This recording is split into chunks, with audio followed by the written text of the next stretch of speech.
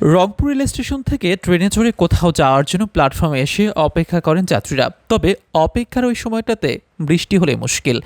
শেডের বড় বড় ছিদ্র দিয়ে পড়া বৃষ্টির পানিতে একাকার হয়ে যায় পুরো প্ল্যাটফর্ম। এতে দুর্ভোগে পড়েন যাত্রীরা। গেল শনিবার রাতে বৃষ্টির সময় রংপুর রেলওয়ে স্টেশনে গিয়ে এমন বিড়ম্বনা চিত্র দেখা যায়। এ সময় অনেক যাত্রীরা বলেন, সরকার আসে, সরকার যায়, রংপুর রেল স্টেশনের পরিবর্তন হয় না। ভুক্তভোগীরা বলছেন, বর্ষাকাল এলেই বিড়ম্বনা বাড়ে রংপুর রেলওয়ে স্টেশনের প্ল্যাটফর্মে অপেক্ষারত যাত্রীদের।